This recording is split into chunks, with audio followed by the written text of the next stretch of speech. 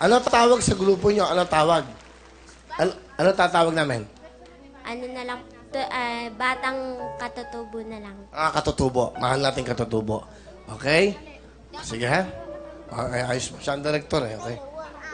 Siya ang director. Ayos mo. Sige, para maganda. Ito na po ang ating mga mahal na katutubo. Okay? Para mag-perform dito sa Gmail. Palapakan po natin sila.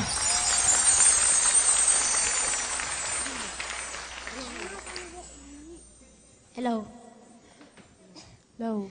Kami katutubo sa dakong silangan, nitong Sierra Madre sa kanyang paanan.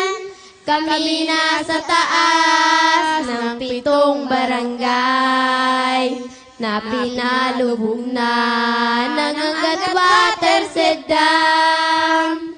Paano na ngayon ang aming mga tanim? Sa lupang ninuno na iwanan namin. Ngayong di pa bayad ang halaman namin. Tama ba sa inyong basta nang lisanin? Dito na isinilang ang magulang namin. Pati lolo't lola dito na nalibing. Sa bulubunduking may sapa at gulod na palatandaan na aming sinunod. Ayon sa kanila lupa ay mahalin, at ito ay muli nating pagyamanin. Huwag pabayaang iba ang umangkin sa lupang ninuno namin nananatin. Ayan. Ang galing naman. Salamat ha. Salamat sa inyo ha. Sige, kunin natin to. Salamat. Ang ganda ng mga kinakanta nyo. At natutuwa ako na dumalo kayo sa amin.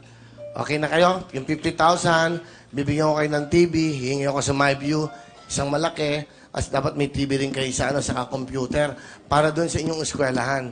Para alam niyo yung ha? Okay? Okay na ba kayo doon? Okay na? Ha? At magbibigay ako sa inyo ng sige, 5 cellphone.